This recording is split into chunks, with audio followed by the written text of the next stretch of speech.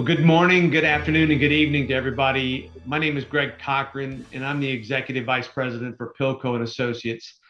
Today, we're going to continue our leadership series video with a video that talks about C-suite accountability and major capital projects. What questions should you be asking, and how do you ensure that the project team is doing all that they need to do? We have two experts here today to join in the conversation, Nash Stewart and Bruno Jardin. And they are both here. They have years of experience in the major capital industry in the energy and petrochemical businesses. So Nash, why don't you introduce yourself and then we'll move to Bruno. Sure, thanks, Greg. Yeah, I have over 30 years with a large IOC in major capital projects. I worked internationally on 5 different continents. And recently retired and doing a little work with Pilko to see if we can't help others make sure their projects are successful. And for myself, like Nash, I have long experience in capital project with an international IOC, 35 years plus of running projects at the different stages, and recently retired also. I've now joined the Pilko team. And we're thrilled to have both of you here. So as you can hear and understand, both Nash and Bruno have been doing major capital projects globally for many, many years, 2 project experts. So again, the subject that we're covering today is C-suite accountability for a capital project. So let me set the stage. So the company's made the decision to pursue a very large capital project. They've committed the advanced capital, but they're not quite to the fully funded part of the project or haven't authorized fully funds. So if you're sitting in the C-suite, and this is a question for you, Bruno, if they're sitting in the C-suite, what questions should they be asking you or the project team in order to understand how well things are going? When at such a milestone, a discussion of the risks inherent to the project is certainly an important discussion that a board should have and will have with a project leadership team to ensure the success of a project. I would say there needs to be first a clear understanding of a project risk that are within but also outside of the project team control, including risk like market price volatility, market capability, as well as political and security risk. This risk will vary. They'll vary depending on the project, the location, the technology involved, but also they'll vary over time. They'll vary over the duration of the project. In all likelihood, as the execution of major capital project can extend over a number of years in some cases. So I would say there are probably 3 topics that should be discussed with the board in relation to project risk. And the first one is just the result of a project risk assessment, which is typically conducted, and to identify what are the greatest exposure to the project. And this discussion, of course, should focus on the major risk and the plans proposed by the project team to address this risk. And I would say it's also important, in my view, to seek the input of independent parties or experts in the areas that are the greatest. A second topic of discussion with the board members of a project sponsor should be around benchmarks as an indication of past performance of similar projects. And this can be very useful to the board to ensure that investment decisions are made on a sound basis. If significant differences exist between planned performance, like budget, schedule, or workforce productivity, and prior performance or industry norm, then there needs to be a much more detailed discussion. And potentially alternative plans need to be considered. The bottom line is there is no fairy dust to improve schedule of performance. If you repeat what has been done before, the result will be the same. And finally, I'd like to recommend another discussion, and this one should be around the project team leadership and experience. This may not be a direct question to the project leadership team, but this is something that the board should make itself comfortable with. particularly when dealing with very large project or a project that its organization, that is larger than what its organization normally executes. Mm. And C-suite executives should be looking for leaders capable to establish cohesive teams, capable to manage effective relationship, particularly externally, and then capable of critical thinking. And by this, I mean capable of making decisions based on facts and an ability to manage their bias and sometimes optimism. And then you were also asking, how do you mitigate against those risks? And one best practice, something which is fairly common, is on large projects to ensure that there is some coordinated review or independent project review at various stages, particularly when a project team is about to embark on the next phase of a project. And that is a way to provide some assurance to the board that the team is ready to proceed. Nash, I think you've got something to share on this matter and the value of this independent project review. Yeah, that's right, Bruno. I recall a project that you and I were both had some involvement with that was progressing slowly and it was falling behind schedule. And the board called for an independent project review that resulted in actually halting the project that was in the middle of execution. The execution plans were reassessed and it actually pivoted from stick-built construction to modular construction because the independent review discovered that there wasn't a sufficient amount of local skilled labor that could work at an acceptable productivity level to economically complete the project. So it pivoted completely. And that was one of the real values of doing a cold eyes review. So Greg, we talked about risks and some of these are questions that the board should consider. These are not the only questions by any means, but some of the important discussion that need to take place when an organization is considering a large investment. And Bruno, I think well said, both of you. I think the risks that you brought into the conversation there, many of those things I think are probably well understood up front, right? But as you said, the span of the time frame here is over years, and so those things change over time. And maintaining a clear understanding of how those risks either come and go, ebb and flow based on a lot of world conditions is critical. Nash, I want to come back to you. You mentioned project delays, and that's like the thing that everybody thinks about: major capital project delays in the schedule. What issues do you see are the most likely to cause project delays, and maybe more importantly, what can you do about it? Well, that's a great question, Greg. And there's a lot of things that can cause projects to delay. There's risk linked to technology, market price, there's political risk, there's security risk. There's probably a couple of them that I would highlight that I think the board and the project leadership team should keep at the forefront when they're thinking about this. And that's stakeholder alignment and the certainty of the commercial agreements.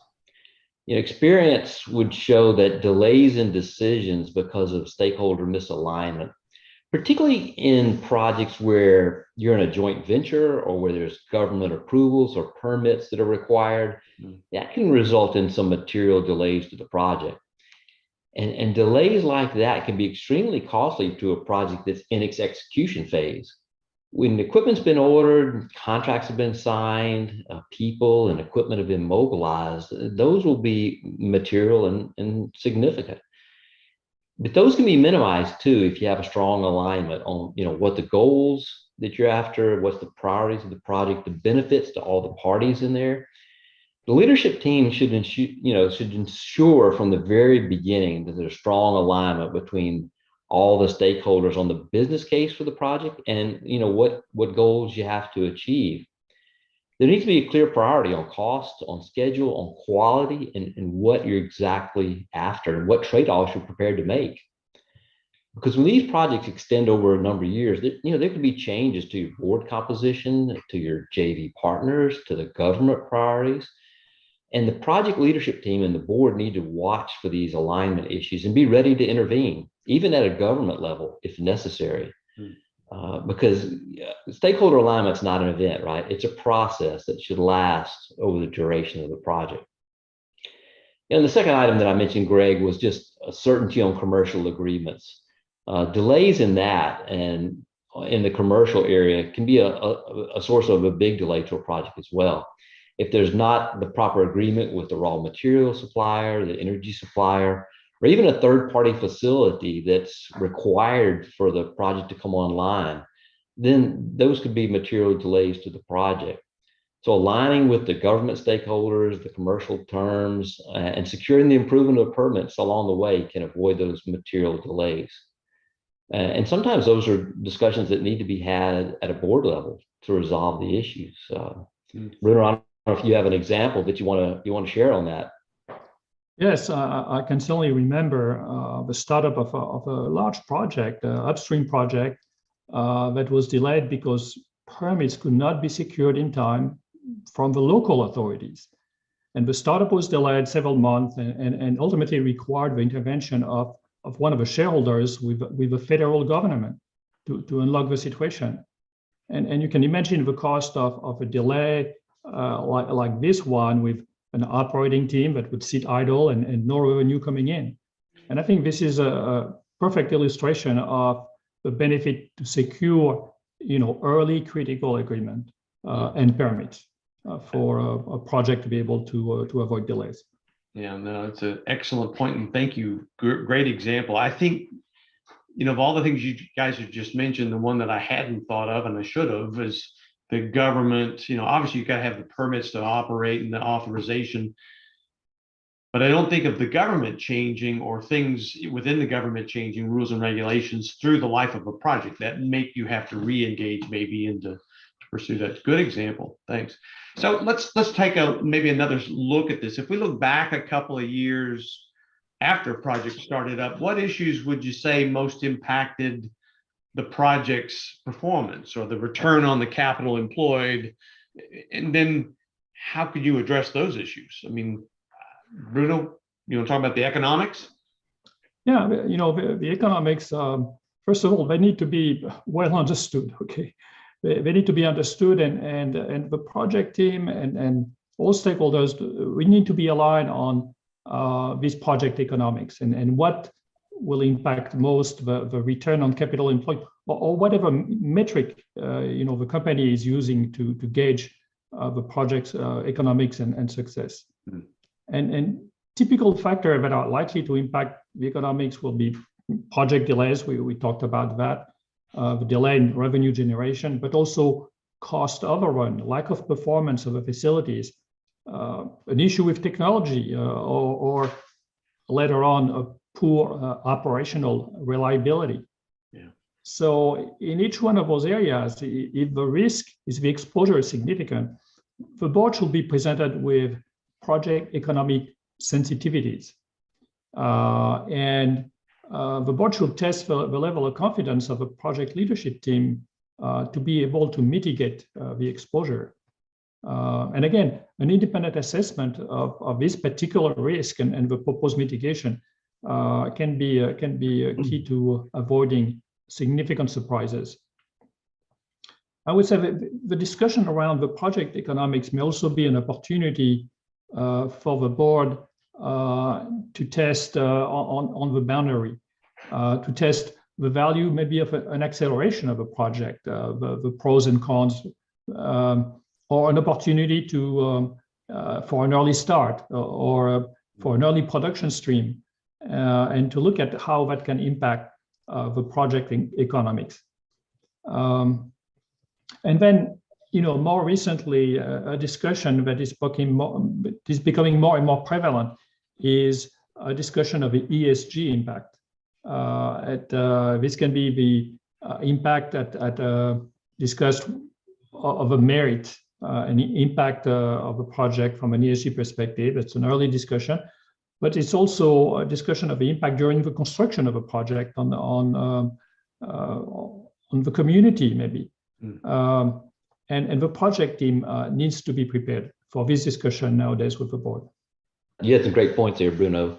Yeah, I remember when we have done some evaluation of projects in the past, We're often surprised at what differences a small revenue stream can make on the ultimate return on capital employed, or depending on the duration of the project and when you spend the capital along that project timeline, how much shortening the schedule can impact the project return too. So both those can have material impacts, and understanding what's most important.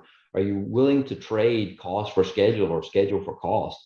It's an important lever that the project team has to ensure the maximum return on the project.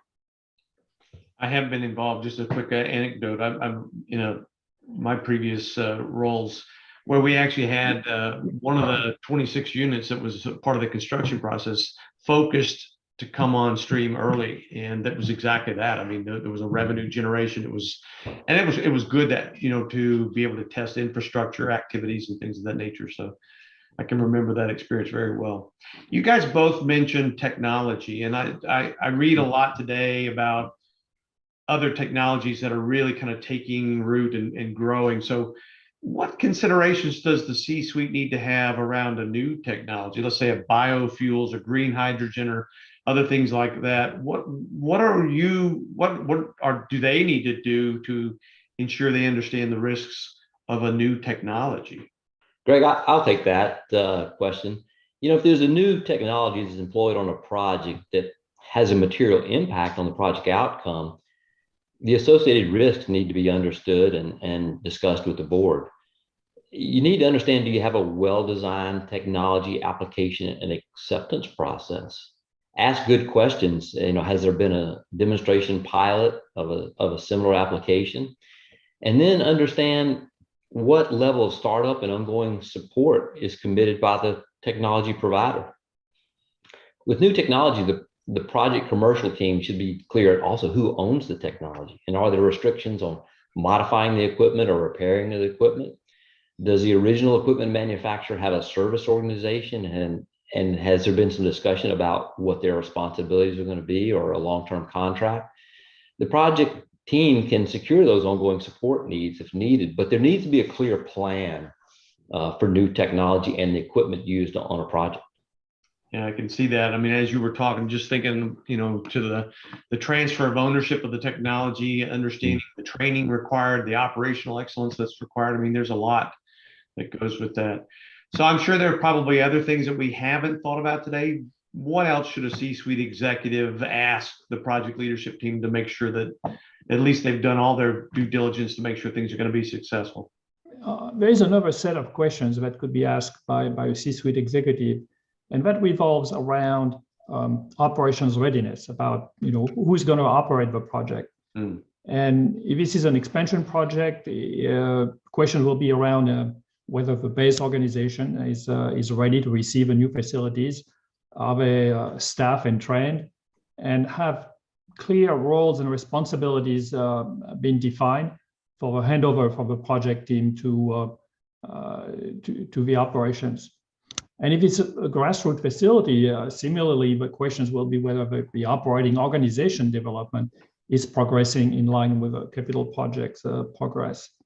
But I think this is another kind of broad topic. And Greg, you're planning, I believe, another short video on this topic, so I'll stop here. Yeah, no, that's a good reminder, Bruno. Yeah, we do want to take this further downstream, right? Go to the next phase. Today has been fascinating for me. Thank you both very much. I think, the concept of C-suite, and we've mentioned many times C-suite and/or board, there's an accountability there. They need to be asking great questions. You guys have painted a picture of many, many, many questions they should be asking. Again, thank you both very much. If you'd like to know more about what Bruno and Nash have talked about today, feel free to reach out to us. You can reach us at www.pilko.com, and we'd be more than happy to reach out to you and help you understand more about this. Thank you. We hope that you and your families are safe, stay COVID-free. Have a great day.